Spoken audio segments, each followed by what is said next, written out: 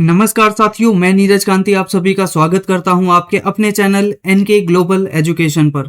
साथियों, आज है तारीख 20 जून 2026 और आज की डेट में हम the Hindu, Indian Express, PIB, Live Mint में छपने वाले उन प्रमुख आर्टिकल्स को डिटेल में देखेंगे जो हमारे एग्जाम के पर्सपेक्टिव से इम्पोर्टेंट रहने वाला है। साथियों, यह video UPSC, SSC, state PCS और अदर कॉम्पिटिटिव एग्जाम की तैयारी करने वाले स्टूडेंट्स के लिए बहुत ही मददगार होगी।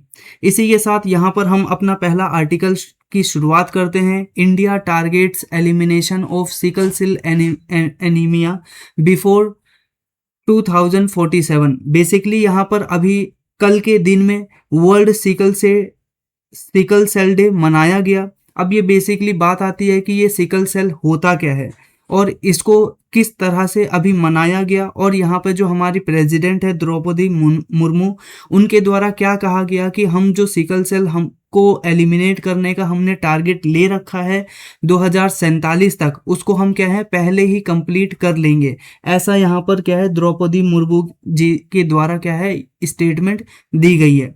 तो और इसी के साथ जो अपना दूसरा आर्टिकल होगा वो आप यहाँ पर देख सकते हो कि जो डोनाल्ड ट्रंप है उन्होंने क्या किया है कि जो इंडो पैसिफिक कमांड था, जो एक प्रकार से चाइना को काउंटर करने के लिए तैयार किया गया था, उसका नाम परिवर्तित करके यूएस पैसिफिक कमांड कर दिया गया है। अब यहाँ पर यूएस पैसिफिक कमांड क्यों किया गया है, इसका ग्लोबल लेवल पे क्या सिग्निफिकेंस रहेगा और ग्लोबल पॉलिटिक्स में क्या परिवर्तन हमें नजर आएगा, इन सभी चीज़ों को हम यहाँ पर डिटेल में देखेंगे। ये आप देख सकते हैं इंडियन एक्सप्रेस का ये आर्टिकल है। सिकल सेल वाला जो आर्टिकल है वो इंडियन एक्सप्रेस और द हिंदू दोनों में ही हमें देखने को मिल रहा है। इसी के साथ यहाँ पर जो अपना थर्ड आर्टिकल है वह क्या है, इसको अभी यहाँ पर छोड़ के हम चलेंगे। इसी के साथ जो अपना थर्ड आर्टिकल होगा वो क्या है, बोन कन्वेंशन से संबंधित है। और यहाँ पर बेसिकली बात की जा रही है कि इंडिया के अंदर जो बोन कन्वेंशन था उसके संबंध में कुछ टारगेट लिए गए थे और उसको इंडिया 2030 तक कंप्लीट करने से पहले ही बहुत सारा जो अपना अचीवमेंट है वो प्राप्त कर चुका है। यानी सिंपल सी लैंग्वेज में ये बोला जा रहा है कि इंडिया ने बेसिकली अपने 21.76 मिलियन जो हेक्टेयर है उसको डिग्रेड होने से बचा लिया, और इसी के साथ जो डिफॉरेस्टेड लैंड है 2011 से लेकर 2020 के अंदर उसको क्या है सिक्योर किया है। और ये जो पूरा डाटा है वो ministry of environment and forest and climate change के माध्यम से रिलीज किया गया है। इसी के साथ साथ जो IUCN है उसके माध्यम से भी इसको क्या है वेरीफाई किया गया है। तो ये पूरा आर्टिकल क्या है डिटेल में हम देखेंगे। बोन कन्वेंशन क्या है, इंडिया का टारगेट क्या था, क्या इंडिया ने अचीव कर लिया है। इसी के साथ थर्ड आर्टिकल हम देख रहे हैं बिटुमिन से संबंधित है। मिडल ईस्ट या वेस्ट एशिया के अंदर क्राइसिस की वजह से बड़े पैमाने पर हमारे कंट्री के अंदर बिटुमिन का शॉर्टेज देखने को मिल रहा है, और यहाँ पर हम देख रहे हैं कि लगभग 30 से लेकर 40% तक हम क्या है बिटुमिन वेस्ट एशिया से ही मंगाने के लिए निर्भर हैं। तो ऐसी सिचुएशन में क्या अपना स्ट्रेटेजी है और क्या हम यहाँ पर नए तरीके अपना रहे हैं, तो नए तरीके के रूप में हम यहाँ पर अपना रहे हैं बायो बिटुमिन। अब ये बायो बिटुमिन है क्या, इसको भी अब यहाँ पर डिटेल में देखा जाएगा। तो दो कंसेप्ट देखेंगे, बिटुमिन क्या होता है, बायो बिटुमिन क्या होता है, और इसका इंडिया के इंफ्रास्ट्रक्चर डेवलपमेंट के अंदर क्या की इम्पोर्टेंट रहने वाला है। इसी के साथ यहाँ पर अपना अगला आर्टिकल रहेगा अभिज्ञान ऐप से संबंधित। ये अब अभिज्ञान ऐप बेसिकली क्या है एनसीआरबी के द्वारा रिलीज किया गया है, बनाया गया है। ठीक है, अब बेसिकली इसके अंदर जो एक्यूज्ड हैं या फिर कन्विक्टेड प्रिजनर्स हैं उन सभी का क्या है डाटा रखा जाएगा। तो ये बेसिकली एक प्रकार से मोबाइल ऐप है जिसके अंदर उनके फिंगरप्रिंट और आइडेंटिफिकेशन पूरा सिस्टम नजर आ रहा है। तो इस प्रकार से हम यहाँ पर जो पूरा आर्टिकल है यानी आज के जो पूरा न्यूज़ एडिटोरियल है सभी चीज़ों को देखेंगे। साथियों, यहाँ पर अगर हम इंडिया के अंदर सिकल सेल की बात करें, एनीमिया की बात करें, तो सबसे पहले बात आती है कि ये सिकल सेल होता क्या है और ये इससे फैलने वाली डिजीज होती क्या है। तो आप यहाँ पर देख सकते हो सिकल सेल, इसका बेसिकली मतलब सिकल का मतलब आप जानते ही होंगे जिसको बोला जाता है हसिया, और हसिया का जो आकार है वो कुछ इस प्रकार से आपको यहाँ पर नजर आता है। ठीक है, तो इस प्रकार से आपको हसिया नजर आता है सी टाइप में, और जिसको दर्ती भी बोला जाता है। अब बेसिकली होता क्या है कि हमारे जो ब्लड सेल होते हैं जो कि आरबीसी होता है, अब इसके अंदर एक प्रकार का डिसऑर्डर फैल जाता है, ठीक है, जो कि क्या है, हीमोग्लोबिन को इफेक्ट करता है। और इसी के साथ जो ऑक्सीजन कैरी करने वाले एक प्रकार से प्रोटीन जो बनाते हैं उसको भी ये इफेक्ट करता हुआ नजर आता है। तो आप यहाँ पर देख सकते हो इमेज में ही कि ये हमारा ब्लड स्ट्रीम है, और यहाँ पर आप देख सकते हो कि ये अपना रेड ब्लड सेल है जो कि अभी नॉर्मल ब्लड सेल है, और ये एक प्रकार से चपटा आपको नजर आता है। वहीं पर अगर इस ब्लड सेल के अंदर बेसिकली कुछ हार्मोनल चेंजेस आ जाते हैं, जैसे ये नॉर्मल हीमोग्लोबिन वाला ब्लड सेल है, अगर मान लो इसमें कुछ एबनॉर्मल चेंजेस आ जाते हैं तो यहाँ पर क्या आता है, इस प्रकार से सिकल बन जाते हैं इन ब्लड सेल के अंदर, यानी आरबीसी के अंदर। इस प्रकार से आप देख रहे हो नुकीली चीजें।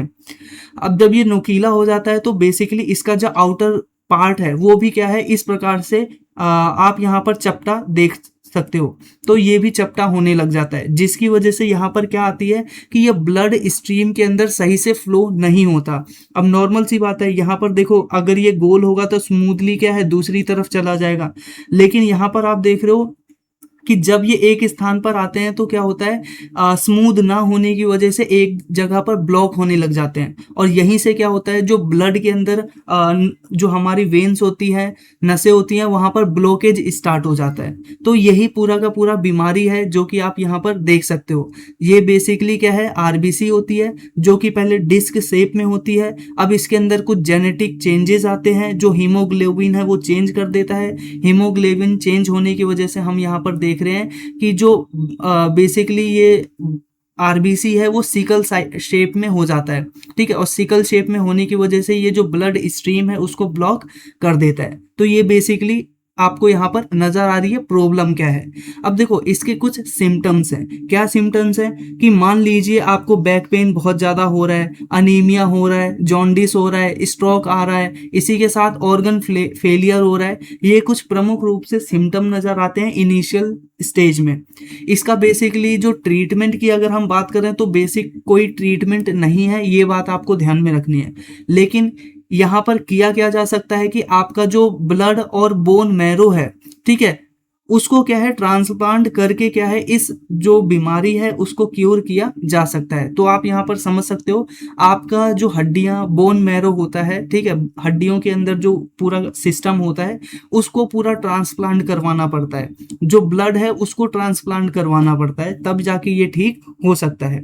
अब बात करते हैं कि ये बेसिकली होता क्यों है। तो होता बेसिकली इस वजह से है, ये एक प्रकार का जेनेटिक डिसऑर्डर है।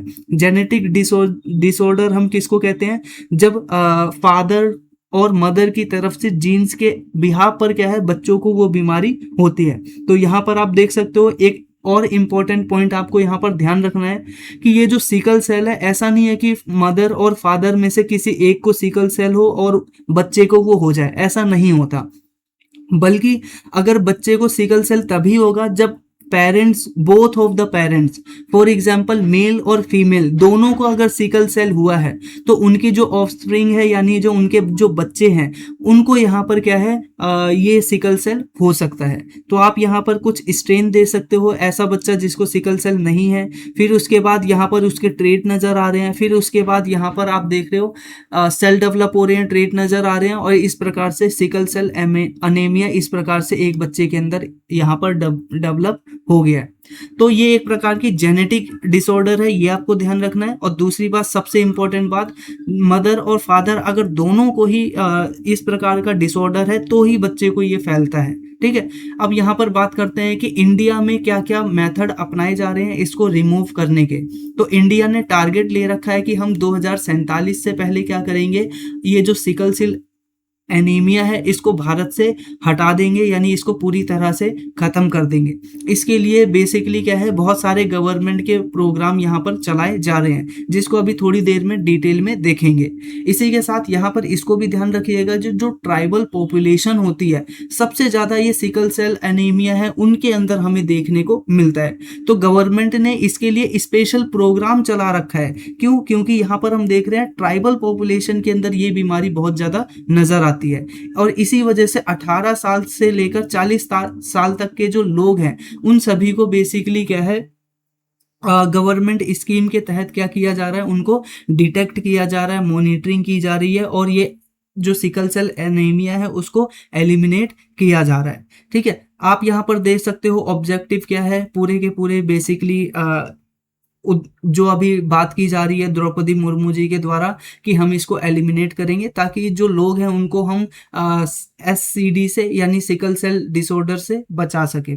ठीक है, इसी के साथ ये सारी चीज़ों को हमें करने की ज़रूरत है। तो हमने चीज़ों को यहाँ पर डिटेल में देख लिया। अब कुछ और भी की फैक्ट हैं उनको हम यहाँ एक बार वर्ड बाय वर्ड देख लेते हैं। तो सबसे पहले सिकल सेल एनीमिया क्या है, एक प्रकार का जेनेटिक ब्लड डिसऑर्डर है। तो यहाँ पर देख लीजिएगा ब्लड डिसऑर्डर है। ये बेसिकली जो हीमोग्लोबिन होता है उसके जीन के अंदर म्यूटेशन की वजह से होता है।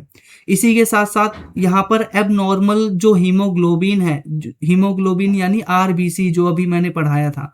ठीक है, जो हमारा ब्लड होता है उसके अंदर दो कंपोनेंट होते हैं। ठीक है, एक होता है रेड ब्लड सेल। ठीक है, इसी के साथ साथ दूसरा होता है व्हाइट ब्लड सेल। तो ध्यान रखिएगा यहाँ पर जो RBC है यानी रेड ब्लड सेल उसके अंदर ये सिकल सेल, उसकी वजह से हमें सिकल सेल डिसऑर्डर देखने को मिलता है। ये भी ध्यान रखिएगा, पूछा जा सकता है कि RBC की वजह से होता है या WBC की वजह से होता है। तो यहाँ पर आप देख रहे हो RBC के अंदर यानी हीमोग्लोबिन या ब्लड के अंदर हमें देखने को क्या मिलता है कि ये S शेप में होने लग जाता है। S शेप मैंने बताया सिकल टाइप में। ठीक है, इसी के साथ साथ यहाँ पर हमें देखने को मिलता है कि इसकी वजह से क्रिस्केंट यानी एक प्रकार से चंद्राकार इसकी आकृति होने लग जाती है। वो एक जगह ब्लड स्ट्रीम में ब्लॉक होने लग जाता है, ये रिजिड होने लग जाता है, समय के साथ स्टिकी होने लग जाता है और जो ऑक्सीजन की सप्लाई है वो ब्लड के अंदर फिर दूसरे स्थानों पर नहीं पहुंच पाती है। आप यहाँ पर देख रहे हो कि एक ही स्थान पर इतना ज्यादा ब्लॉकेज हो गया है। अब इसकी वजह से जो RBC है वो बेसिकली दूसरी जगह तक नहीं पहुंचेगा। RBC नहीं पहुंचेगा तो नॉर्मल सी बात है ब्लड ऑक्सीजन भी नहीं पहुंचेगा बॉडी के बाकी पार्ट में। इसी की वजह से हमें देखने को मिलता है कि ये जो बीमारी है बच्चे को तभी होती है जब फादर और मदर दोनों ही इससे ग्रसित हों। इसी के साथ जो सिकल सेल है वो दो प्रकार के होते हैं, सिकल सेल बेसिकली कैरियर और दूसरा सिकल सेल डिजीज। ठीक है, अब यहाँ पर क्या है, वन डिफेक्टिव जीन होता है तब ये होता है और दूसरी तरफ जब दो डिफेक्टिव जीन होते हैं तब ये हमें देखने को मिलता है। अब जब यहाँ पर दोनों डिफेक्टिव जीन आते हैं यानी मदर और फादर दोनों को ही सिकल सेल होता है तो यहाँ पर जो सिचुएशन है बाकी ज़्यादा बहुत ही ज़्यादा कॉम्प्लिकेटेड हो जाती है। तो इस प्रकार की सिचुएशन हमें यहाँ पर नज़र आती है। तो यहाँ पर एक बार देख लेते हैं, स्ट्रीम चल रही है, चलो बढ़िया है। तो यहाँ पर आते हैं सिम्टम्स की। तो सिम्टम में अगर हम यहाँ पर देखें तो कॉमन सिम्टम यह है कि अनीमिया, फटीग, शॉर्टनेस, ब्रीदिंग के अंदर प्रॉब्लम होने लग जाती है क्योंकि ऑक्सीजन का सप्लाई हो नहीं रहा, jaundice, pain, frequent infection, bone और जॉइंट का पेन होने लग जाता है। ये सारे के सारे क्या हैं, कुछ एक प्रकार से सिम्टम्स हैं। अब कॉम्प्लिकेशन क्या है, स्ट्रोक आ जाता है, ऑर्गन डैमेज होने लग जाता है, किडनी डिजीज होने लग जाती है, एक्यूट चेस्ट सिंड्रोम होने लग जाता है, विजन प्रॉब्लम होने लग जाती है, पल्मोनरी हाइपरटेंशन बढ़ जाता है और इसी के साथ इन्फेक्शन के जो रिस्क है वो भी बढ़ते हुए नजर आते हैं। तो यहाँ पर आप देख रहे हो चीज़ों को हम कितना ज़्यादा डिटेल में पढ़ रहे हैं। तो वीडियो को लाइक जरूर कर दीजिएगा। इसी के साथ यहाँ पर सिकल सेल का इंडिया के अंदर स्टेटस की बात करें तो यहाँ पर हमें नज़र आता है कि इंडिया के अंदर जो सिकल सेल का बर्डन है वो बहुत बड़े पैमाने पर नज़र आता है। क्यों बहुत बड़े पैमाने पर नज़र आता है? क्योंकि इंडिया की पोजीशन क्या है, सेकंड है वर्ल्ड के अंदर सिकल सेल डिसऑर्डर के अंदर। अब इसी के साथ सबसे ज़्यादा जो हमें बेसिकली ये प्रॉब्लम नज़र आती है मध्य प्रदेश के अंदर, छत्तीसगढ़ के अंदर, महाराष्ट्र रीजन के अंदर, उड़ीसा और गुजरात। साथियों अगर आप ध्यान से देखेंगे तो ये वो इलाके हैं जहाँ पर क्या है सबसे ज़्यादा ट्राइबल पॉपुलेशन यहाँ पर रहती है। ठीक है, तो बेसिक आप यहाँ पर समझ सकते हो कि वो इलाके जहाँ पर ट्राइबल पॉपुलेशन ज़्यादा रहती है वहाँ पे ये डिसऑर्डर ज़्यादा देखने को मिल रहा है। इसी के साथ साथ यहाँ पर इंडिया के अंदर बात करें तो लगभग 20 मिलियन पीपल क्या है इफेक्टेड हैं। ठीक है, सिकल सेल से। इसी के साथ इसकी वजह से national sickle cell anaemia elimination programme Indian government के द्वारा लॉन्च किया गया था 2023 के अंदर और इसके अंदर बोला गया था कि 2047 तक हम क्या करेंगे, अपने को एलिमिनेशन कर देंगे बेसिकली सिकल सेल से। ठीक है, इसी के साथ साथ इसका ऑब्जेक्टिव क्या है कि स्क्रीनिंग करना, अर्ली डायग्नोस करना, जेनेटिक काउंसलिंग करना, इसी के साथ अवेयरनेस बढ़ाना, ये सारी चीजें हमें देखने को मिलती है इसी प्रोग्राम के अंतर्गत। अब इस मिशन का पूरा टारगेट क्या है, जो हमने अभी यहाँ पर पढ़ा, national sickle cell anaemia elimination mission, ठीक है, 2023 में जो आया था। टारगेट क्या है कि 7 करोड़ इंडिविजुअल्स हैं, उन सभी को स्क्रीन करना, उनका टेस्ट करना। 0 से लेकर यानी 40 साल तक की उम्र के जो लोग हैं उनको यहाँ पर स्क्रीनिंग में शामिल किया जाएगा। इसी के साथ ट्राइबल डोमिनेंट एरिया के अंदर स्पेशल फोकस यहाँ पर दिया जाएगा, ठीक है। इसी के साथ डायग्नोस उनको प्रोवाइड कराया जाएगा, टेस्ट किया जाएगा, सिकल टेस्ट किया जाएगा, फिर उसको यहाँ पर डीएनए बेस्ड टेस्टिंग की जाएगी। बाकी चीजें आप यहाँ पर देख सकते हो। इसी के साथ फिर उनका फिर टेस्ट करने के बाद ट्रीटमेंट किया जाएगा। ट्रीटमेंट कैसे कर सकते हैं, ड्रग थेरेपी के माध्यम से। अब ड्रग थेरेपी कई माध्यम से हो सकती है, जैसे हाइड्रोक्सी यूरिया, ये बेसिकली क्या है, एक प्रकार से दवाई है जिसके माध्यम से इसको हल्का सा कंट्रोल किया जा सकता है। और दूसरा मेथड आपको मैंने बताया कि जो अपना स्टेम सेल है उनका ट्रांसप्लांट कराना, ठीक है, जो बोन मैरो है उसका ट्रांसप्लांट कराना। इसी के साथ ब्लड बेसिकली है उसका ट्रांसप्लांट कराना। ओनली इस्टेब्लिश्ड क्यूर, यानी यही एकमात्र इस्टेब्लिश क्यूर है, इसके अलावा बाकी सब क्या है, प्रिकॉशन के तौर पर लिए जा सकते हैं। इस्टेब्लिश्ड क्यूर के रूप में सब सिर्फ और सिर्फ बोन मैरो के ट्रांसप्लांट को ही हम देखते हैं। अब ऐसा क्यों है, बेसिकली ऐसा इस वजह से है क्योंकि हमें यहाँ पर नजर आता है कि बड़े पैमाने पर क्या है, इसके ऊपर अभी खास रिसर्च नहीं हुआ है, और भी ये बहुत ही ज़्यादा महंगा होता है, ठीक है। ये प्रॉब्लम इतनी ज़्यादा हमें इस वजह से भी देखने को मिलती है कि बहुत ज़्यादा महंगा होता है, और इसकी जो अवेलेबिलिटी है वो हर किसी तक बहुत ही लिमिटेड है, जिस वजह से ये प्रॉब्लम हमें बहुत ज़्यादा देखने को मिलती है। अगर हम वर्ल्ड सिकल सेल डे की बात करें, अभी जो हमने पूरा इंपॉर्टेंट फैक्ट था, डाटा था, वो हमने देख लिया। अब हम यहाँ पर बात करते हैं वर्ल्ड सिकल सेल डे, जो कि हम कल अभी मनाए थे। अब यहाँ पर बात आती है कि यूनाइटेड नेशंस जनरल असेंबली के द्वारा इसको 2008 में सबसे पहले मनाया गया था, ठीक है, ताकि हम क्या कर सके, सिकल सेल से रिगार्डिंग जो अवेयरनेस है वो बढ़ा सकें, स्क्रीनिंग, ट्रीटमेंट और जेनेटिक काउंसलिंग लोगों की करवा सकें, ठीक है। ये सारी चीजें हमने पहले ही पढ़ लिया। हीमोग्लोबिन आप सभी जानते होंगे कि ये एक प्रकार का प्रोटीन होता है जो कि हमारे जो ब्लड सेल्स होते हैं उनके अंदर प्रेजेंस होता है, और इसी हीमोग्लोबिन को वो बेसिकली क्या करता है, एक प्रकार से इफेक्ट करता है सिकल सेल डिसऑर्डर। इसी के साथ जेनेटिक डिसऑर्डर, जब कोई भी बीमारी पेरेंट्स से बच्चों तक पहुंचे उसको हम जेनेटिक डिसऑर्डर कहते हैं। इसी के साथ ऑटोसोमल रिसेसिव डिसीज क्या होती हैं, बेसिकली ऐसी डिजीज जब बेसिकली क्या होता है कि जब 2 डिफेक्टेड कॉपी के माध्यम से क्या होता है, किसी जीन के माध्यम से किसी को ये बीमारी फैलती है। फॉर एग्जांपल यहाँ पे मदर है और यहाँ पर फादर है, इन दोनों के बेसिकली ऑफस्प्रिंग होते हैं, ठीक है, उनके माध्यम से ऑफस्प्रिंग यानी इनके जो बच्चे होते हैं, अगर दोनों को ही एक प्रकार से डिसऑर्डर है तो उनके जो बच्चों को ये अनीमिया हुआ है, ऐसी प्रकार की जो बीमारी है उसको हम ऑटोसोमल रिसेप्टिव डिसऑर्डर बोलते हैं, बेसिक डिजीज बोलते हैं। बेसिकली ऐसी डिजीज जो पेरेंट्स दोनों ही पेरेंट के माध्यम से बच्चों को फैल रही है। अब हम यहाँ पर बात करते हैं कि गवर्नमेंट की इनिशिएटिव क्या है, तो national sickle cell anaemia elimination mission 2023 में लॉन्च किया गया था। दूसरा हमें देखने को मिलता है नेशनल हेल्थ मिशन, फिर आयुष्मान भारत मिशन, और पीएम यहाँ पर जनमन योजना, बेसिकली या पीएम जनजाति आदिवासी न्याय महाअभियान, बेसिकली गवर्नमेंट की इनिशिएटिव है जिसके माध्यम से एनीमिया को इंडिया के अंदर टैकल करने का प्रयास किया जाता है। अब यहाँ पर अभी जो हमने पूरा का पूरा आर्टिकल देखा, उसी आर्टिकल के ऊपर ये एक क्वेश्चन दिया गया है। साथियों, आर्टिकल के तुरंत बाद क्वेश्चन इस वजह से है ताकि आप तुरंत चीजों को रिकॉल कर सके कि ये आर्टिकल में अभी हमने क्या पढ़ा। तो सबसे पहले आप यहाँ पर इसका आंसर दीजिएगा, क्वेश्चन नंबर 1, फिर उसके बाद आर्टिकल नंबर 1, और फिर इसका आंसर जो भी हो, ABCD जो भी इसका आंसर लगता हो, इस प्रकार से आप मेंशन कर सकते हैं कमेंट बॉक्स में। इसी के साथ साथ हम बढ़ते हैं अब अपने नेक्स्ट आर्टिकल की तरफ। तो मुझे उम्मीद है आपको सिकल सेल से संबंधित जो भी बेसिक इंफॉर्मेशन था वो मिल गई होगी। इसी के साथ अब हम यहाँ पर बात करते हैं कि जो यूएस के प्रेसिडेंट हैं उन्होंने अभी बेसिकली क्या है कि जो इंडो पैसिफिक एक प्रकार से कमांड हुआ करता था पहले के टाइम में, जिसको क्या है यूएसए के द्वारा ही पहले बनाया गया था, जो बेसिकली फोकस किया करता था इंडियन ओशन और जो पैसिफिक ओशन है उसको।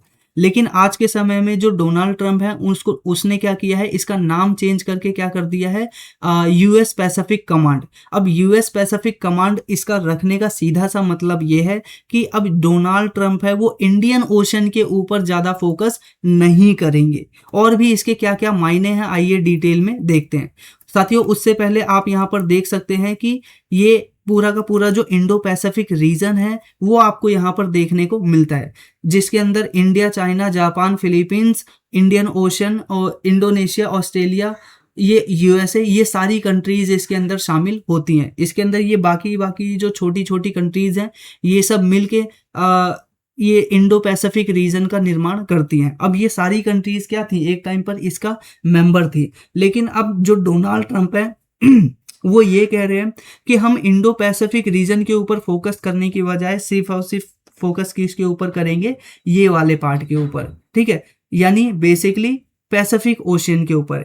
इंडो यानी इंडियन ओशन के ऊपर क्या है उनका जो फोकस है वो अब यहाँ पर परिवर्तित होता हुआ नजर आ रहा है, ठीक है। तो ये पूरा बेसिकली यहाँ पर हाईलाइट हमें नजर आता है। तो हाईलाइट आपने देख लिया कि नाम बस परिवर्तित किया गया है, ठीक है। और इसी के साथ साथ यहाँ पर अगर आप इसका इवोल्यूशन देखोगे तो इस कमांड का निर्माण कैसे हुआ, 1947 में सबसे पहले पैसिफिक कमांड का निर्माण किया गया था, जो कि पैसिफिक ओशन के ऊपर फोकस करता था। बाद में 1957 में क्या किया गया कि इसको यूनिफाइड किया गया कॉम्बैट करने के लिए कमांड स्ट्रक्चर के रूप में, ठीक है। बेसिकली और भी बाकी यूनिट थे उन सभी को इसके अंदर शामिल कर लिया गया।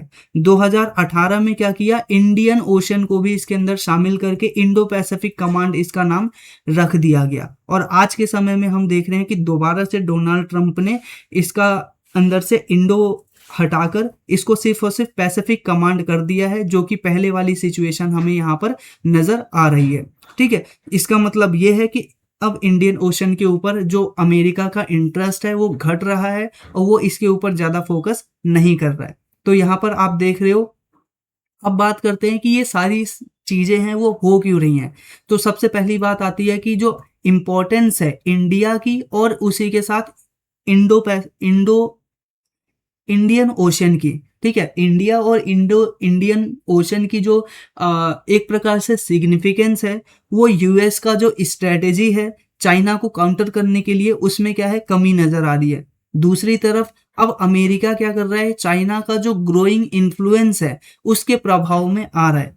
दूसरी तरफ यहाँ पर जो अमेरिका है वो खुद अब चाइना के साथ अपने जो रिलेशन है उसको मजबूत करने की कोशिश कर रहा है, ठीक है। तो बेसिक यहाँ पर हमें ये ध्यान रखना पड़ेगा कि मेजर चेंज इसकी वजह से हमें नजर आ रहे हैं। अब ये एक प्रकार से क्या है कि बाकी चीजें आपको इस प्रकार से नजर आ रही है कि यूएस का जो प्रायोरिटी है वो शिफ्ट हो रहा है।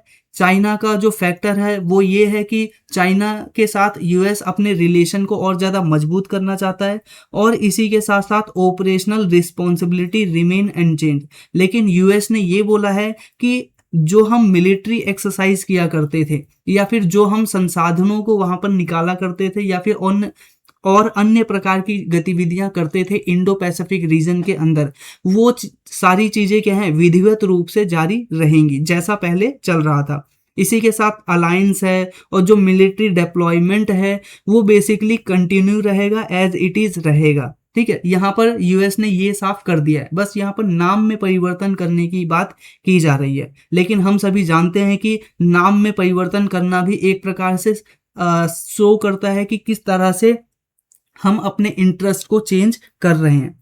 अब बात आती है कि भाई इंडिया की क्या सिचुएशन है और इंडिया इस पूरे के पूरे इंस्टांस को किस प्रकार से देखता है। तो इंडिया के लिए अगर हम बात करें तो इंडिया के लिए कंसर्न का विषय है। क्यों कंसर्न का विषय है, क्योंकि हम बेसिकली सपोर्ट करते थे इंडो पैसिफिक जो कॉन्सेप्ट है उसको, क्योंकि इसके अंतर्गत यहाँ पर बात की जाती थी कि एक प्रकार से फ्री मूवमेंट होना चाहिए इंडियन ओशन के अंदर और पैसिफिक ओशन के अंदर भी। अब ऐसी सिचुएशन में जब इंडो को हटा दिया जाएगा, इंडियन ओशन को, तो यहाँ पर क्या है, एक प्रकार से दबाव बढ़ता हुआ नजर आएगा और इसका एक मेजर दबाव क्या है, इंडिया को देखने को मिलेगा। दूसरी तरफ यहाँ पर आप देखोगे कि इंडिया ओशन के अंदर जो इंडिया है उसका जो लोकेशन है वो सेंटर में पड़ता है और सबसे मजबूत कंट्री ही क्या है, इंडिया है। अब ऐसे सिचुएशन में जब उसको नेग्लेक्ट किया जा रहा है तो यहाँ पर जो इंडिया की रीजनल सिक्योरिटी का जो आर्किटेक्चर है वो भी चेंज होता हुआ नजर आ रहा है।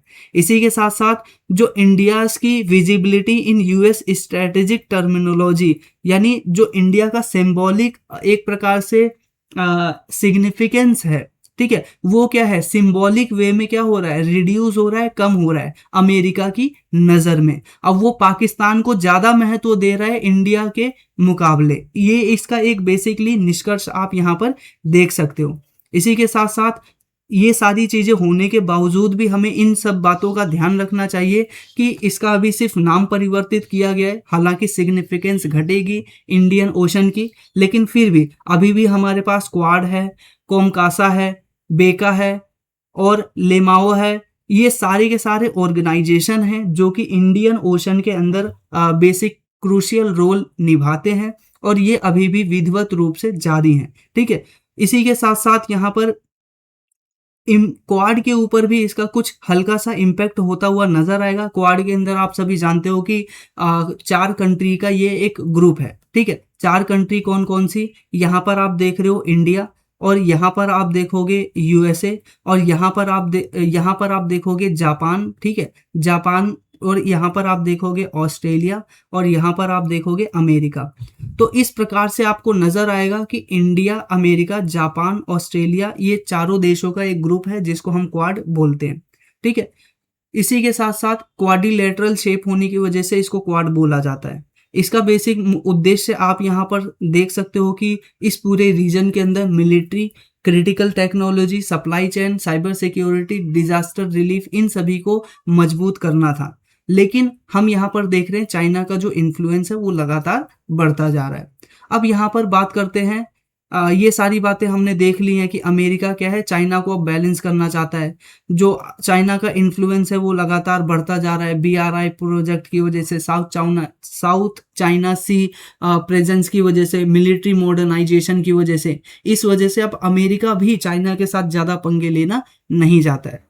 इसी के साथ साथ इंडिया के कुछ और इनिशिएटिव हैं जो इस बेसिकली कमी को पूरी कर देंगे, जैसे कि सागर इनिशिएटिव, और दूसरा है IPOI इनिशिएटिव, और दूसरा है ये बेसिकली इंडिया की जो स्ट्रेटेजिक ऑटोनॉमी है उसको मेंटेन करके रखेगा। चाइना का रशिया का क्या स्टांस है, तो रशिया का बेसिकली क्या है, न्यूट्रल स्टांस यहाँ पर रहता है, क्योंकि वो इसके ऊपर ज़्यादा अभी फोकस नहीं कर रहा है। अब देखो कुछ स्पेसिफिक कॉन्सेप्ट है, जैसे कि आप यहाँ पर देख रहे हो कि इंडो पैसिफिक जो कमांड है उसका हेडक्वार्टर हमें पहले के टाइम में हुआवी के अंदर हवाई आइलैंड के अंदर देखने को मिलता है, जो कि USA के अंदर पड़ता है, ठीक है।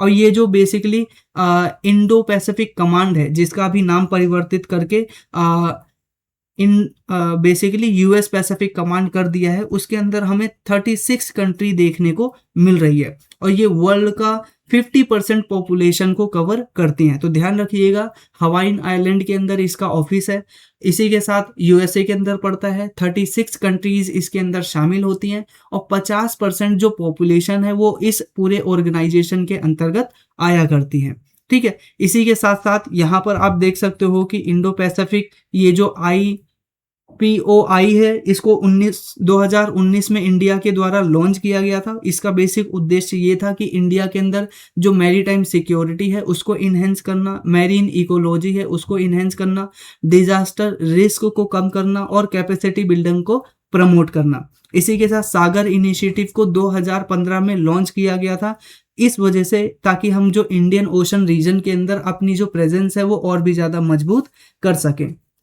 तो मुझे उम्मीद है आपको ये जो पूरा आर्टिकल है वो डिटेल में समझ में आ गया होगा कि ग्लोबल लेवल पे जियोपॉलिटिक्स किस प्रकार से बदल रही है। ये इंडियन एक्सप्रेस का आप आर्टिकल इस प्रकार से देख सकते हो। अब यहाँ पर बात आती है आपके लिए एक प्रश्न की, तो आपने जो अभी पूरा आर्टिकल पढ़ा उसके संबंध में एक क्वेश्चन है, इस क्वेश्चन को अटेम्प्ट कीजिएगा। ये अपना आर्टिकल नंबर 2 है, क्वेश्चन नंबर 2 होगा और इसका ABCD जो भी इसका आंसर होगा आप यहाँ पर कमेंट बॉक्स में मेंशन कर सकते हैं। साथियों कमेंट जरूर करिएगा, ताकि क्या है आप एक्टिव तरीके से जब पढ़ेंगे, ठीक है, तो आपको चीज़ों को बहुत ज़्यादा लंबे समय तक याद करने में आसानी होगी। अगर आप सिर्फ पढ़ेंगे और उसको भूल जाएंगे तो बेसिकली क्या होगा कि वो आपके एग्जामिनेशन के लिए बहुत ज़्यादा मददगार साबित नहीं होगा, ठीक है। इसी के साथ साथ यहाँ पर अपना अगला आर्टिकल आप इस प्रकार से देख सकते हो, वो है बोन चैलेंज से संबंधित। अब बोन यानी हड्डी नहीं है, बोन बेसिकली क्या है, एक कन्वेंशन है, ठीक है, एक समझौता है, ठीक है, जो कि हमें यहाँ पर देखने को मिलता है। इसके अंदर हमने बेसिकली क्लाइमेट से लड़ने के लिए बहुत सारे टारगेट लिए हुए थे।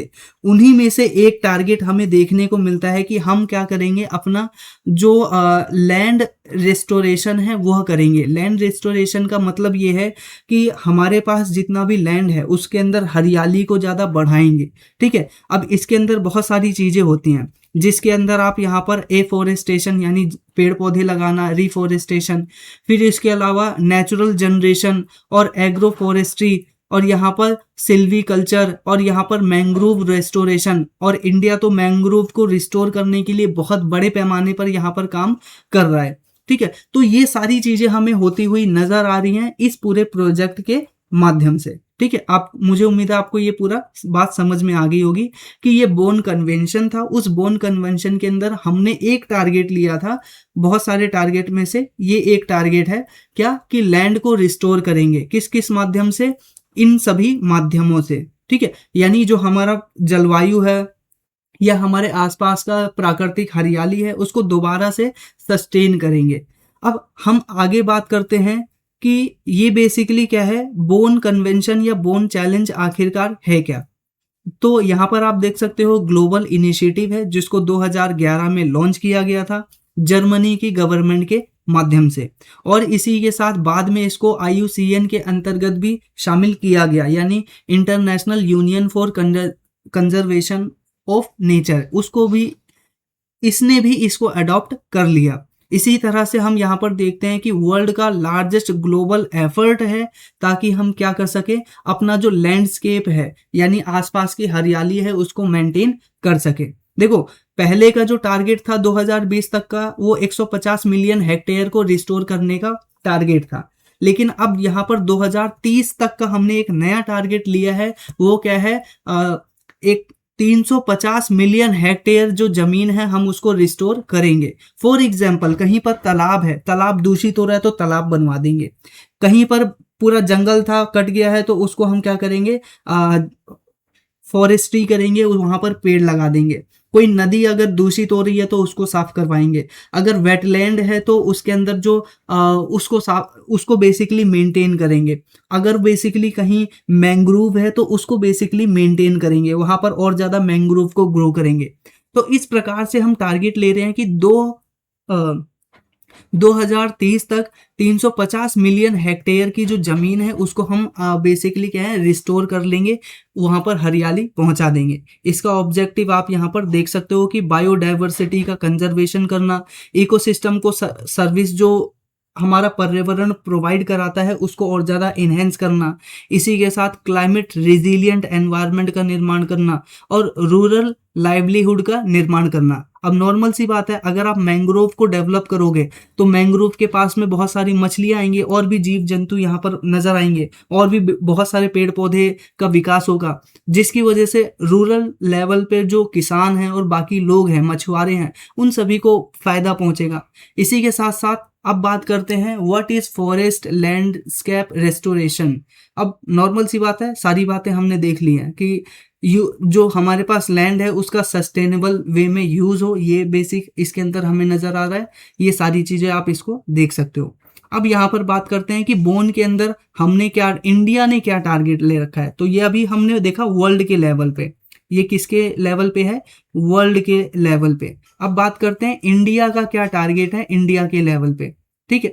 तो यहाँ पर हमें नजर आता है, अगर अब नए डाटा को देखें तो 2019 में क्या होता है, कोप 14 का सम्मेलन होता है, ठीक है, कॉन्फ्रेंस ऑफ पार्टीज की मीटिंग होती है 14वें नंबर की, जो कि United Nations convention on climate change के अंतर्गत आता है, ठीक है, यूएनसीसीडी के अंतर्गत आता है। अब बेसिकली हमने इसके अंदर एक टारगेट लिया है कि 26 मिलियन हेक्टेयर जो हमारा लैंड है उसको हम 2023 तक क्या करेंगे, रिस्टोर करेंगे। तो यहाँ पर ध्यान रखिएगा कि हमने कितना टारगेट लिया है, 26 मिलियन हेक्टेयर का टारगेट ले रखा है। अब बात करते हैं इंडिया की अचीवमेंट की। तो टारगेट तो हमने ले रखा है 2019 में, लेकिन अभी तक हमने क्या क्या काम किया, आज लगभग कितना पूरा 5-6 साल होने जा रहे हैं, इसको 7 साल होने जा रहे हैं। तो 7 सालों में हमने क्या अचीव किया, तो आप यहाँ पर सबसे पहले देख सकते हो 2011 से लेकर 2020 तक का डाटा दिया गया है कि 21.76 मिलियन हेक्टेयर की जमीन को हमने रिस्टोर कर दिया है। वहीं पर आप दूसरी तरफ देख सकते हो कि हम कह रहे हैं कि नियरली 84% जो हमने टारगेट लिया था उसको अचीव कर लिया है। तो यहाँ पर आप ध्यान से रखिए 84% हमने टारगेट पहले ही अचीव कर लिया है 2030 आने से पहले ही, ठीक है। 50% से भी ज्यादा टारगेट हमने कवर कर लिया है और बहुत ही कम समय में। इसी के साथ साथ यहाँ पर हमने क्या अचीव किया है, अब इसके अंतर्गत देखिए तो हमने क्या किया है, जो अपना कार्बन सिंक होता है उसको हमने कम कर रखा है, ठीक है, कम कर दिया है। कितना, आप यहाँ पर देखोगे 461.14 मिलियन टन आप यहाँ पर देखोगे कार्बन सीक्वेंस हमने कम कर दिया है, ठीक है। इसी के साथ साथ यहाँ पर आप इंपॉर्टेंस देख सकते हो, पेरिस क्लाइमेट जो हमने कमिटमेंट किया था उसको इम्प्रूव करता है। हमने जो नेट जीरो का कार्बन को नेट जीरो करने का जो टारगेट ले रखा है 2070 तक, इसको हम बेसिकली क्या है अचीव कर पाएंगे। इसी के साथ लैंड डिग्रेडेशन और न्यूट्रलिटी टारगेट जो है हमारे, उसको भी हम और ज्यादा इम्प्रूव कर पाएंगे नहीं, हमने कर दिया है। इसी के साथ अगर आज के समय में स्टेटस की बात करें तो बेसिकली हमारे पास बेसिकली आप यहाँ पर देख सकते हो 97.85 मिलियन हेक्टेयर की जो जमीन थी वो बेसिकली क्या है, जोग्राफिकल एरिया है जो कि क्या है लैंड डिग्रेडेशन से जूझ रही थी, डेजर्टिफिकेशन से जूझ रही थी, ठीक है। लगभग 29.77% जो हमारी जमीन है। तो यहाँ पर क्या हो रहा था, सॉइल इरोजन हो रहा था, डेजर्टिफिकेशन हो रहा था, ओवर ग्रेजिंग हो रही थी, माइनिंग एक्टिविटीज बढ़ रही थी, अनसस्टेनेबल एग्रीकल्चर और क्लाइमेट चेंज हो रहा था। इन सभी को हम मैनेज कर रहे हैं। इसी के साथ इसमें अब बात करते हैं कि इंडिया का कौन सा स्टेट है जिसने सबसे अच्छी परफॉर्मेंस दी है। तो आप यहाँ पर तेलंगाना को देख सकते हो, 4.18 मिलियन हेक्टेयर जो जमीन है सिर्फ और सिर्फ किसने, तेलंगाना के द्वारा ही यहाँ पर रिस्टोर किया गया। हमने यहाँ पर क्या बोला कि इंडिया ने टोटल कितना जमीन को रिस्टोर कर लिया है, यहाँ पर 21.76 और 21.76 में से लगभग 4.18 मिलियन हेक्टेयर जो जमीन है वो सिर्फ और सिर्फ तेलंगाना ने किया है। दूसरे नंबर पे मध्य प्रदेश, तीसरे नंबर पे उड़ीसा यहाँ पर हमें नजर आता है। इसी के साथ साथ बाकी चीजों को आप देख सकते हो गवर्नमेंट के इनिशिएटिव की, कि ऐसे गवर्नमेंट के कौन कौन से इनिशिएटिव थे जिसके माध्यम से ये सारी चीजें बड़े पैमाने पर संभव हो पाई है। तो आप देख सकते हो ग्रीन इंडिया मिशन 2004 में लॉन्च किया गया था। इसी के साथ साथ एक पेड़ माँ के नाम जो हमारे पीएम है उनके द्वारा लॉन्च किया गया था इस बेसिकली मुहिम को यानी मिशन को। इसी के साथ साथ यहाँ पर अरावली ग्रीन वॉल प्रोजेक्ट 2025 में अभी लॉन्च किया गया है, जो कि हरियाणा, राजस्थान, गुजरात और दिल्ली इन सभी एरिया में फैले हुए जो अरावली माउंटेन रेंज है उसको रिस्टोर करने की बात की जा रही है। इसके ऊपर 16,000 करोड़ रुपए खर्च किए जाने की बात की गई थी, जिसके माध्यम से हम क्या करेंगे, डेजर्टिफिकेशन है उसको रोकेंगे और जो हमारा ग्रीन लैंडस्केप है उसको ज्यादा इंप्रूव करेंगे, ठीक है। अब बात करते हैं इंडिया के अंदर क्या कौन से एक्ट हैं जिनके माध्यम से ये सारी चीजें पर्यावरण से संबंधित काम हम देखते हैं। तो सबसे पहले आप देखते हो कंपनसेटरी एफोरेस्टेशन एक्ट 2016, ठीक है। इसी के साथ साथ यहाँ पर वाटरशेड डेवलपमेंट कंपोनेंट, आप यहाँ पर एक स्कीम है देख सकते हो, प्रधानमंत्री कृषि सिंचाई योजना, ठीक है, जिसका उद्देश्य है सॉइल कंजर्वेशन करना, रेन वाटर हार्वेस्टिंग करना, ग्राउंड वाटर को रिचार्ज करना, और यहाँ पर वेजिटेटिव जो कवर रिस्टोरेशन है उन सभी को बेसिकली कवरेज है उसको रिस्टोर करना। बेसिकली जहां जहां पेड़ पौधे हैं, वेजिटेटिव एनवायरनमेंट है, उसको क्या है रिस्टोर करना। इस बेसिकली इसका उद्देश्य हमें नजर आ रहा है। ठीक है, तो यहाँ पे जो चीजें हैं उसको लगभग लगभग सारी बातों को हमने यहाँ पर डिटेल में देख लिया है। अब कुछ क्या है की फैक्ट हैं, आप यहाँ पर बस ध्यान से देख सकते हैं कि जो बोन चैलेंज है उसके अंदर ग्लोबल कमिटमेंट क्या क्या है। तो सबसे पहले जो एसडीजी है, गोल है, पेरिस एग्रीमेंट है, और सीबीडी है और यहाँ पर ये सारी चीजें क्या हैं, बोन कन्वेंशन के अंतर्गत हमें देखने को मिल रही है।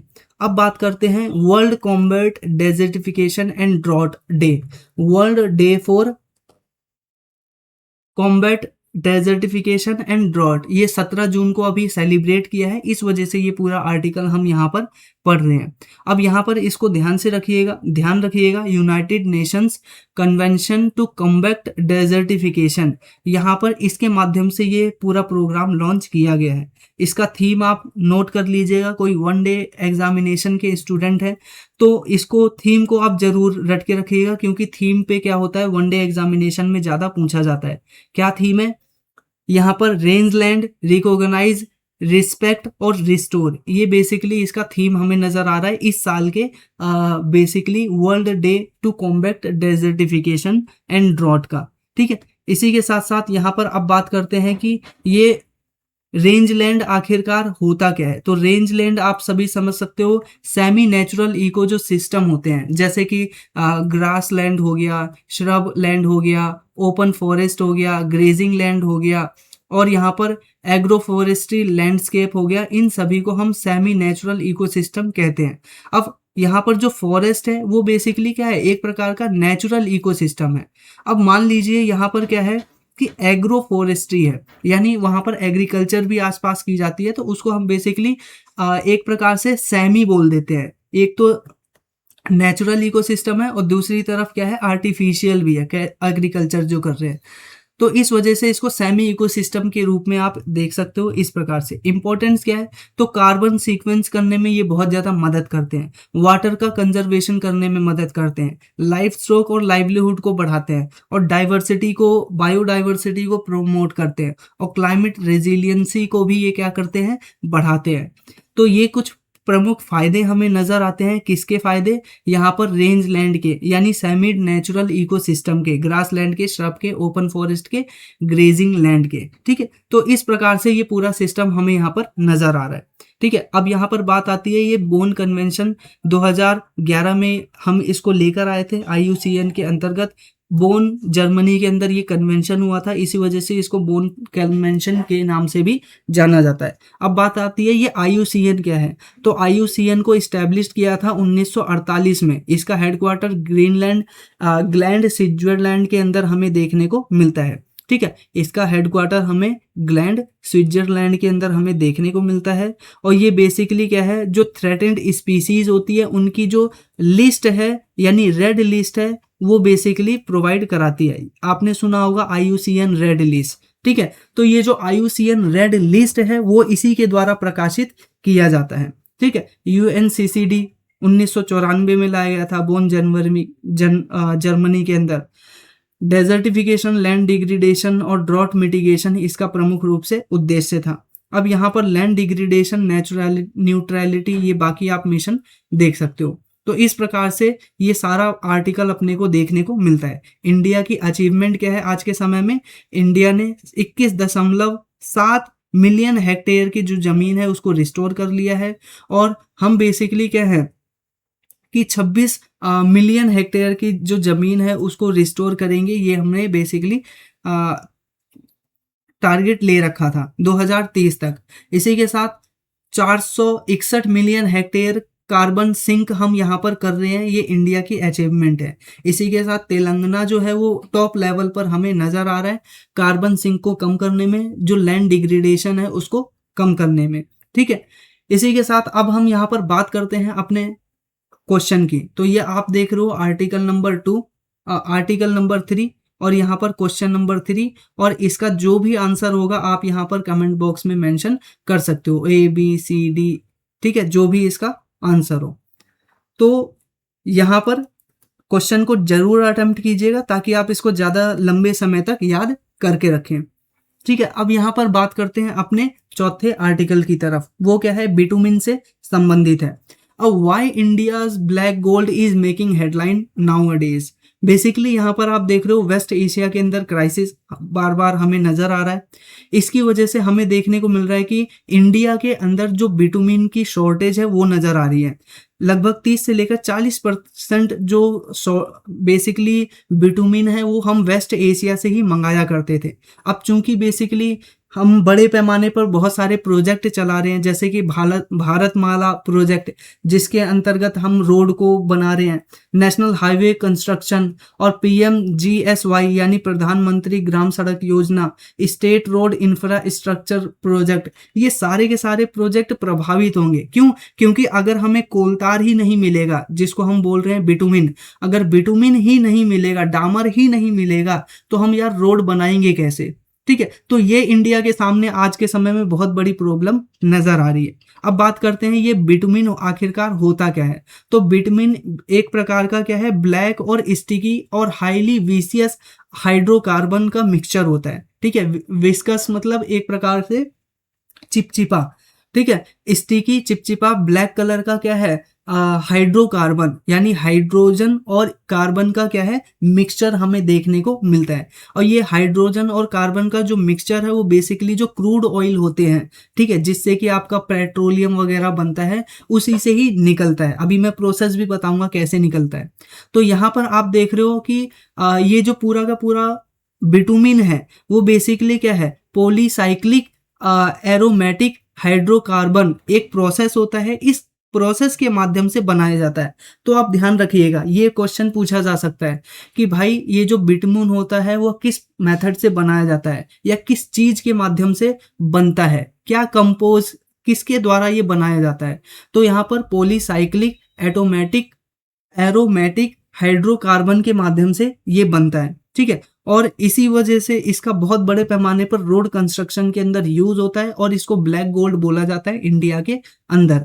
रोड कंस्ट्रक्शन में, हाईवे में, वाटर प्रूफिंग के अंदर, एयरपोर्ट, रनवे, और यहाँ पर आसफाल्ट प्रोडक्शन। ठीक है, यहाँ ध्यान रखिएगा, एक और चीज दी गई है, ये पूछा जा सकता है, आसफाल्ट प्रोडक्शन में भी ये यूज किया जाता है।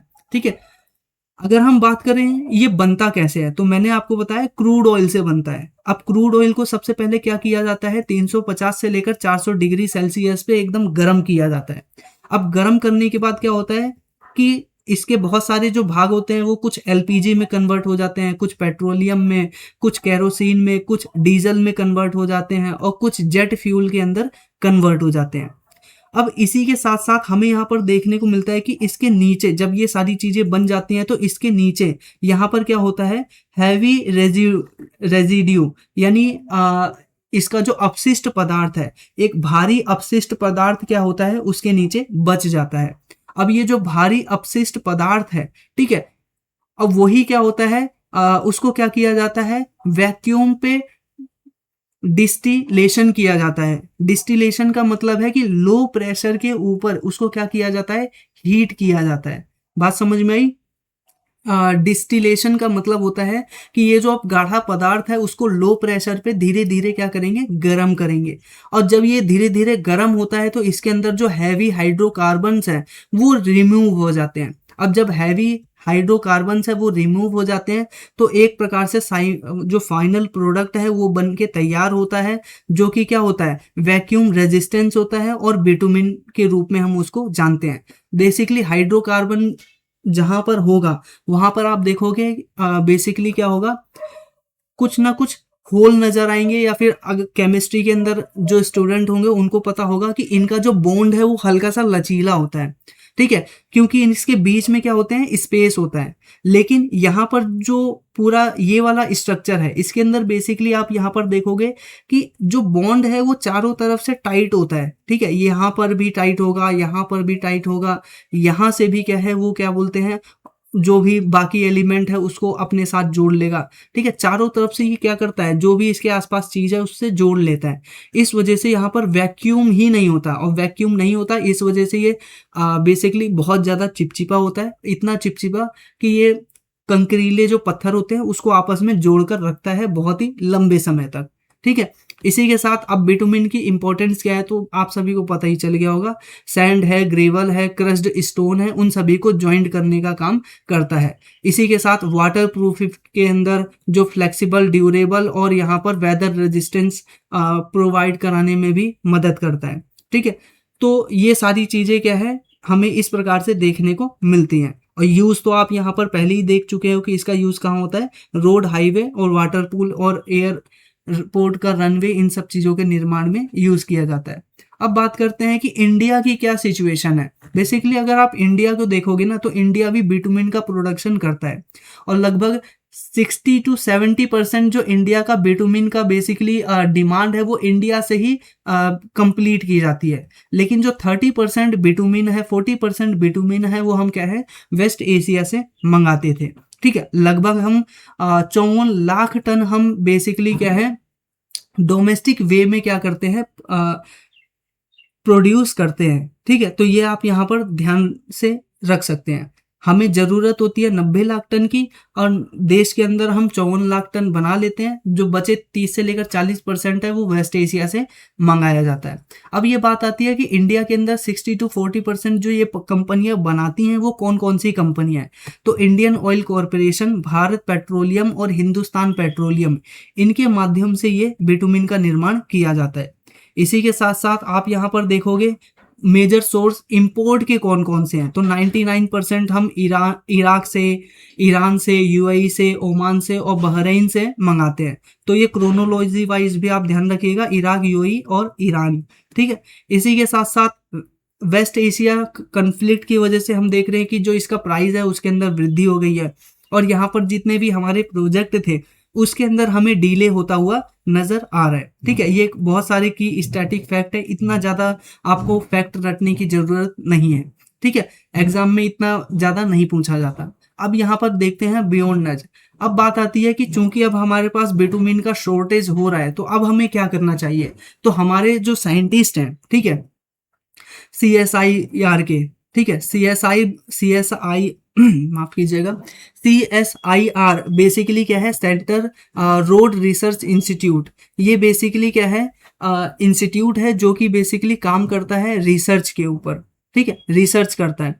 अब इसने रिसर्च के माध्यम से बायोबिटुमिन जो है उसका एक प्रकार से निर्माण कर दिया है। अब बायोबिटुमिन होता क्या है, ये एक प्रकार का क्या है sustainable alternative petroleum based bitumen हमें यहाँ पर नजर आता है।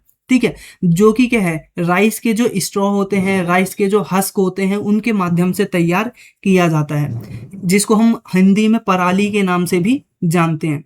इसी के साथ जो भी एग्रीकल्चर रेजिड्यू है यानी वेस्ट है, इसी के साथ साथ बायोमास ड्राइव्ड बायो ऑयल है, ये सभी के माध्यम से हम बेसिकली क्या कर सकते हैं बायो बिटुमिन का निर्माण कर सकते हैं। ठीक है, तो ये रिसर्च आप ध्यान रखिएगा, इनके द्वारा कंडक्ट किया गया है। अब यहाँ पर प्रश्न आपसे पूछा जा सकता है कि क्या बायोबिटुमिन राइस के माध्यम से भी तैयार किया जा सकता है, राइस हस्क के माध्यम से, राइस स्ट्रॉ के माध्यम से, एग्रीकल्चर रेजिड्यूज के माध्यम से और बायो ड्राइव्ड बायो ऑयल के माध्यम से। ठीक है, बायो ऑयल के अंदर बहुत सारी चीजें होती हैं, जैसे पाम ऑयल हो गया, या फिर जो अभी गन्ने के द्वारा ऑयल बनाए जा रहे हैं। ठीक है, गन्ने के द्वारा पेट्रोलियम यानी एथेनॉल बनाया जा रहा है, उसको वैसे ही प्रोसेस में क्या है इसके माध्यम से भी क्या किया जा सकता है ये बायोबिटुमिन का निर्माण किया जा सकता है। ठीक है, अब इसकी वजह से क्या होगा, एडवांटेज क्या है इसका, एडवांटेज ये है कि जो हम इंपोर्ट कर रहे हैं वो कम हो जाएगा, जो क्रॉप के बेसिकली अवशिष्ट पदार्थ हैं उनको यूज हम कर सकते हैं, स्टबल बर्निंग जो प्रॉब्लम होती है हर साल सर्दियों के अंदर उसको कम किया जा सकता है, और कार्बन एमिशन भी कम होगा जब हम पराली को कम जलाएंगे तो। इसी के साथ साथ यहाँ पर क्या है जो सर्कुलर इकोनॉमी है उसको भी यहाँ पर प्रोवाइड करता हुआ नजर आएगा। ठीक है, और इसी के साथ साथ 15% जो हम बायोबिटुमिन की ब्लेंडिंग करके, ठीक है, यानी जो हमारे पास बायोफ्यूल हम पहले से प्रोड्यूस कर रहे हैं उसके अंदर हम बायो बिटुमिन को 15% क्या कर लें, एक प्रकार से ब्लेंडिंग कर लें, तो इससे हम सालाना तौर पर 4,500 करोड़ रुपए यहाँ पर बचा सकते हैं। तो ध्यान रखिएगा, जैसे पेट्रोल के अंदर या डीजल के अंदर एथेनॉल ब्लेंडिंग किया जाता है, उसी प्रकार से यहाँ पर बिटुमिन के अंदर बायो बिटुमिन का ब्लेंडिंग किया जाता है। ठीक है, इसी तरह से हम यहाँ पर आगे देखते हैं, गवर्नमेंट की इनिशिएटिव है 2017 तक हमने भारत माला प्रोजेक्ट को लॉन्च कर रखा है कि हम 2017 में लॉन्च किया था, और इसका बेसिक उद्देश्य था कि इंडिया के अंदर जो कनेक्टिविटी है रोड की, उसको बहुत ही बड़े पैमाने पर इम्प्रूव करना। अब यूपीएससी के रिगार्डिंग कुछ की फैक्ट हैं जो कि अभी हमने ऊपर देख ही लिया था। ठीक है, ये सारी चीज़ों को आप इस प्रकार से देख सकते हैं। अब यहाँ पर आपके लिए एक क्वेश्चन है पूरे आर्टिकल से संबंधित। साथियों, क्वेश्चन को जरूर अटेम्प्ट कीजिएगा। अगर आप एक्टिव वे में स्टडी करेंगे, इससे क्या होगा कि आपका जो स्टडी है, आपका जो मेमोरी है और ज़्यादा शार्प होगी और चीज़ों को ज़्यादा समय तक आप इसको याद रख पाएंगे। तो ये बेसिकली अपना था आर्टिकल नंबर 4, क्वेश्चन नंबर 4, और इसी तरह से आपका ये भी, आपका जो भी आंसर हो ABCD इस प्रकार से आगे मेंशन कर सकते हैं। ठीक है, अब यहाँ पर आगे देखते हैं अपना लास्ट आर्टिकल, जो आप यहाँ पर इस प्रकार से देख सकते हैं। वो क्या है, अभिज्ञान ऐप लॉन्च किया गया है, जो हमारा पुलिस सिस्टम है या फिर नेशनल क्राइम रिकॉर्ड ब्यूरो है, उसके माध्यम से। ठीक है, अब यहाँ पर होम मिनिस्टर जो है अमित शाह, उनके माध्यम से इसको लॉन्च किया गया, अभिज्ञान मोबाइल ऐप को। ठीक है, जो कि नेशनल क्राइम रिकॉर्ड ब्यूरो के द्वारा डेवलप किया गया है। ठीक है, अब ये बेसिकली क्या करता है कि ये इंस्टेंट वेरिफिकेशन करता है फिंगरप्रिंट के माध्यम से, जो भी बेसिकली क्या होता है, क्रिमिनल्स होते हैं उनका डाटाबेस का यूज करके। फॉर एग्जांपल, इसके अंदर क्या किया जाएगा, जितने भी क्रिमिनल्स हैं या फिर जितने भी एक्यूज्ड हैं, ठीक है, उन सभी का डाटा को यहाँ पर स्टोर कर दिया जाएगा। अब स्टोर करने की वजह से यहाँ पर ये होगा कि एक प्रकार से जितने भी पुलिस स्टेशन है या फिर जितना भी हमारा पुलिस सिस्टम है, चाहे वो गुजरात के अंदर हो, महाराष्ट्र के अंदर हो, पूरे कहीं भी इलाके में हो, ठीक है, किसी एक का भी आपको डाटा लेना है तो आप सिंपल सा उसका फिंगरप्रिंट को स्कैन करेंगे और उसके बारे में कौन कौन से उसके ऊपर केसेस चल रहे हैं, कौन कौन सी चीजें हैं, वो सारा डाटा क्या है आपको एक ही स्थान पर मिल जाएगा। ये बेसिक उद्देश्य है इस पूरे के पूरे डाटा बेस का। तो आप यहाँ पर ध्यान से देख सकते हो कि अभिज्ञान ऐप है, ठीक है, एनसीआरबी के द्वारा रिलीज किया गया है। इसी के साथ national automated fingerprint identification system, इसके अंतर्गत यहाँ पर ये पूरा सिस्टम लेकर आया गया है। ठीक है, इसी के साथ साथ ये एक प्रकार से पोर्टेबल फिंगरप्रिंट स्कैनर को इंटीग्रेट किया गया है ताकि हम रियल टाइम फिंगरप्रिंट की मैचिंग कर सके, जो एक्यूज्ड है उन सभी का या फिर कोई क्रिमिनल है उसका। इसी के साथ मोबाइल बेस्ड वेरिफिकेशन होगा और इंस्टेंट एक्सेस होगा क्रिमिनल रिकॉर्ड का।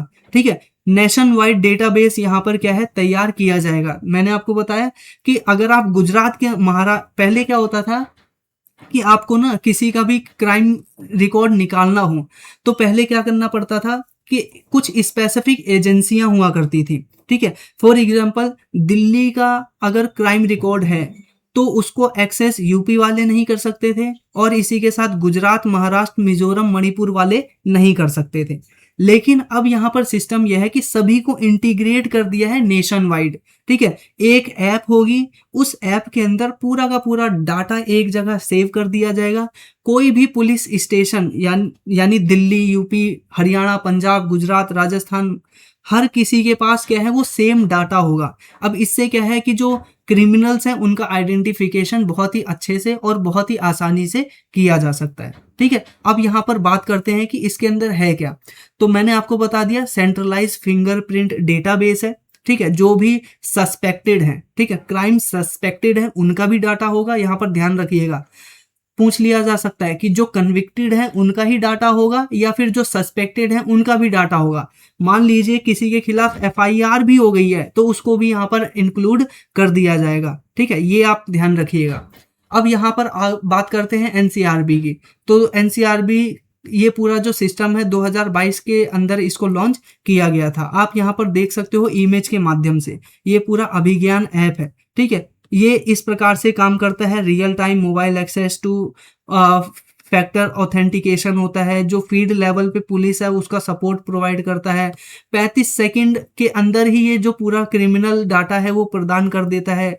इसी के साथ लीगल बेसिस, आप इसी के साथ देख सकते हो कि एनसीआरबी ने क्या किया, 2022 में इसको लॉन्च किया था।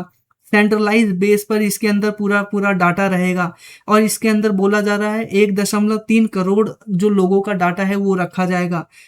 यहाँ पर ये पूरा सिस्टम इस प्रकार से काम कर रहा है। लीगल बेसिस ये है कि हम बेसिकली इसके अंदर जो फिंगरप्रिंट है, पाम प्रिंट है, आइरिश है, यानी उसके आई का बेसिकली कलर क्या है, यानी उसके आई को भी स्कैन किया जाएगा, उसका जो फोटोग्राफ है यानी चेहरा, और यहाँ पर बायोलॉजिकल सैंपल्स भी लिए जा सकते हैं।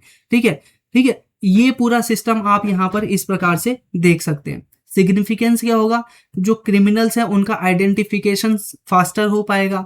इसी के साथ साथ इंटर स्टेट क्रिमिनल ट्रैकिंग किया जा सकता है, कोई भी किसी भी स्टेट में हो सबकी ट्रैकिंग एक जगह पे हो जाएगी। इसी के साथ लॉ इन्फोर्समेंट क्या है और भी आसानी से किया जा सकता है। लेकिन यहाँ पर कुछ की कंसर्न नजर आ रहे हैं। ठीक है, फॉर एग्जाम्पल प्राइवेसी से संबंधित, क्या हमारा जो डाटा है वो प्रोटेक्ट रहेगा, दूसरी प्रॉब्लम। इसी के साथ साथ जो बायोमेट्रिक कलेक्शन है वो इंडिविजुअल के लिए जा सकते हैं, नॉट फॉर्मली एक्यूज्ड। ठीक है, तो scope of biometric collection from individual not formally accused, ये एक बेसिकली क्या है कंसर्न नजर आ रहा है। मैंने आपको ये बताया कि इसके अंदर मैंने अभी एक शब्द यूज किया था कि यहाँ पर सस्पेक्टेड का भी जो डाटा है वो भी ले लेंगे। सस्पेक्टेड का मतलब आपके ऊपर एफआईआर हुई, आपका भी पूरा फिंगरप्रिंट डाटा, फोटो, इमेज वगैरह सब ले लेंगे। इससे क्या होगा, मान लीजिए 2-3 साल तक केस चला और केस चलने के बाद पता चला ये तो निर्दोष था। ठीक है, चूंकि एक बार आपका डाटा उस ऐप में चले गया है तो आपका डाटा हमेशा के लिए सेव होगा। अब ये उसकी प्राइवेसी का हनन है, या फिर उसका क्या है, डिग्निटी के ऊपर क्या बोलते हैं, एक प्रकार से नुकसान है कि उसने कुछ किया भी नहीं था और बेवजह क्या है क्रिमिनल रिकॉर्ड में कहीं ना कहीं उसका नाम आ चुका है। तो इस प्रकार से कुछ प्रॉब्लम्स भी यहाँ पर नजर आ रही हैं। कवरेज मैंने बता दिया, 1.3 करोड़ जो क्रिमिनल्स हैं सस्पेक्टेड हैं उनका डाटा यहाँ पर किया जाए, स्टोर किया जाएगा। इससे क्या होगा, इंस्टेंट आइडेंटिफिकेशन होगा, पुलिस बेस्ड जो वेरिफिकेशन होता है वो कम हो पाएगा, और यहाँ पर इन्वेस्टिगेशन है वो और ज़्यादा इम्प्रूव हो पाएगी, और यहाँ पर नेशन वाइड इंटीग्रेशन हो पाएगा, डिजिटल गवर्नेंस है उसको प्रमोट मिलेगा। कंसर्न ये है प्राइवेसी कंसर्न, डाटा की सिक्योरिटी, मिसयूज रिस्क, और यहाँ पर लीगल ओवरसाइट, ये सारी चीज़ें हमें इस प्रकार से देखने को मिलती हैं। ठीक है, ये आप देख सकते हो कि जो एनसीआरबी है उसको 1986 में इस्टेब्लिश किया था। ये मिनिस्ट्री ऑफ होम अफेयर्स के अंतर्गत आता है। इसका हेड ऑफिस हमें दिल्ली के अंदर देखने को मिलता है। ये बेसिकली प्रश्न पूछा जा सकता है आपसे। इसी के साथ एनसीआरबी बेसिकली काम क्या करता है, तो जितने भी क्रिमिनल्स हैं उनके डाटा को रिकॉर्ड करना इसका काम है, क्रिमिनल्स की ट्रैकिंग करना और उनके फिंगरप्रिंट डाटाबेस को तैयार सुरक्षित रखना, और क्रिमिनल और रिसर्च एनालिटिक और रिसर्च से संबंधित भी ये काम करता है। आपने सुना होगा एनसीआरबी का डाटा रिलीज हुआ है, और उस एनसीआरबी के डाटा में बताया जाता है कि महिलाओं के खिलाफ कितने क्राइम हुए, पुरुषों के खिलाफ कितने क्राइम हुए, चाइल्ड से संबंधित इस साल कितने क्राइम हुए, और इसी के साथ साथ और नए तरह के साइबर जो थ्रेड हैं वो कितने हुए। ये पूरा का पूरा जो डाटा है वो हर साल एनसीआरबी रिलीज करता है। ठीक है, तो ये वही वाला एनसीआरबी है। ठीक है, इसी के साथ साथ यहाँ पर ये NAFIS 2022 में इसको लॉन्च किया गया था। ये एक फिंगरप्रिंट डेटाबेस सिस्टम है, ये बस आपको यहाँ पर ध्यान में रखना है। ठीक है, तो ये हमने पूरा आर्टिकल इस प्रकार से देख लिया। मुझे उम्मीद है ये पूरा आर्टिकल आपको समझ में आ गया होगा। इसको भी एक बार आप अपने आप देख सकते हैं, हालांकि हमने ऊपर बात कर ली है। अब बात आते हैं अपना लास्ट पोर्शन की, ये है आर्टिकल नंबर 5, क्वेश्चन नंबर 5, और इसी के साथ आप यहाँ पर ABCD जो भी इसका आंसर आपको ठीक लगता है इस प्रकार से मेंशन कर सकते हैं। फॉर एग्जांपल आपको लगता है कि इसका ऑप्शन A ठीक है, तो यहाँ पर मेंशन करना आर्टिकल नंबर 5 यहाँ पर A। ठीक है, यानी आर्टिकल नंबर 5 क्वेश्चन नंबर 5 और इसी के साथ ऑप्शन नंबर ये, इस प्रकार से आप यहाँ पर मेंशन कर सकते हो। साथियों क्वेश्चन को आप जरूर अटेम्प्ट कीजिएगा, इससे क्या होगा कि आपका जो बेसिकली कंसंट्रेशन है एग्जामिनेशन से संबंधित, या फिर जो वीडियो आप देख रहे हो आप सिर्फ देखने के लिए इसको मत देखिए, इसको डिटेल में एनालाइज भी कीजिए, देखिए कि आपसे क्वेश्चन हो पा रहा है नहीं हो पा रहा है, ताकि जो एग्जामिनेशन है उसके अंदर आप अच्छा परफॉर्मेंस कर पाएं। जाते जाते आपके लिए एक सूचना है, आप यहाँ पर देख सकते हो N K global education Telegram channel है। हालांकि अभी कुछ दिनों के लिए यानी 22 जून तक के लिए क्या है, टेलीग्राम को बैन किया गया है। आप टेलीग्राम के अलावा आप यहाँ पर देख सकते हो व्हाट्सएप नंबर है, अगर आप इसकी पीडीएफ प्राप्त करना चाहते हो तो यहाँ पर कांटेक्ट कर सकते हैं। ठीक है, अभी कुछ समय तक यहाँ पर इस प्रकार से जो ये पूरा कंटेंट है वो आपको प्रदान किया जाएगा व्हाट्सएप के माध्यम से। इसी के साथ साथ करंट अफेयर का एक यहाँ पर आप ध्यान रखिएगा, ये जो आप पीडीएफ देख रहे थे ये आप फ्री ऑफ कॉस्ट में प्राप्त कर सकते हैं, यहाँ पर ये जो नंबर है इसके ऊपर कांटेक्ट करके। इसके अलावा एक दूसरा ग्रुप है जिसके अंदर आप देख रहे हो करंट अफेयर का वन स्टॉप सॉल्यूशन है। अब वन स्टॉप सॉल्यूशन का मतलब ये हुआ कि आपको इसके अंदर अभी जो पीडीएफ आप देख रहे थे डेली बेस पे करंट अफेयर ये आपको मिलेगा, वीकली बेस पर मैगजीन के फॉर्म में आपको करंट अफेयर मिलेगा, मंथली मैगजीन के फॉर्म में पीडीएफ आपको यहाँ पर प्राप्त होगा। इसी के साथ पूरे साल भर का करंट अफेयर बुकलेट पीडीएफ आपको इस ग्रुप के अंदर मिलेगा। यानी करंट अफेयर के लिए ये वन स्टॉप सॉल्यूशन रहने वाला है। इस ग्रुप को ज्वाइन करने के बाद आपको करंट अफेयर के लिए कहीं भी भटकने की जरूरत नहीं होगी। ठीक है, तो ये आप देख सकते हो कि किस तरह से अपनी जो मंथली मैगजीन है वो रहने वाली है। ये जून की मंथली मैगजीन है, इसी तरह से पूरे साल भर का मैगजीन इस प्रकार से टॉपिक वाइज तैयार किया जाता है। इंडियन पॉलिटी का ये मैगजीन है जिसके अंदर आप देख रहे हो मार्च 2025 से लेकर मार्च 2026 तक का पूरा करंट अफेयर, अभी ये पिछले साल की मैगजीन है, इसमें तैयार किया गया था। इसी के साथ इसको प्रीलिम 2026 के लिए तैयार किया गया था, आगे चल के इसको 2027 के लिए भी तैयार किया जाएगा। ठीक है, तो यहाँ पर आप ध्यान रखिएगा 2027 में आपको इस प्रकार से मैगजीन आपको मिल जाएगी। अगर आप ये जो ग्रुप है उस ग्रुप को ज्वाइन करते हो तो इस ग्रुप को ज्वाइन करने के लिए आप यहाँ पर जो व्हाट्सएप नंबर दिया गया है उसके ऊपर कांटेक्ट कर सकते हैं। ठीक है, मेंशन कर दीजिएगा आपको ग्रुप में ऐड होना है या फिर जो पीडीएफ है वो प्राप्त करनी है, आपको वहां पर प्रदान कर दिया जाएगा। ये इंडियन पॉलिटी का था, international relation, history, geography, economics, environment, ये सारे सब्जेक्ट का आपको जो बुकलेट है वो एक साथ यहाँ पर आपको मिलेगी। ठीक है, साल भर के मैगजीन के फॉर्म में। तो यहाँ पर हमने चीज़ों को डिटेल में देख लिया। मुझे उम्मीद है आपको यह जो वीडियो है वो जरूर पसंद आई होगी। अगर वीडियो पसंद आई है तो वीडियो को लाइक जरूर कर दीजिएगा, चैनल को सब्सक्राइब कर लीजिए इसी तरह से रेगुलर बेस पर वीडियो देखने के लिए। इसी के साथ साथियों मिलते हैं आपसे नेक्स्ट वीडियो में, तब तक के लिए नमस्कार।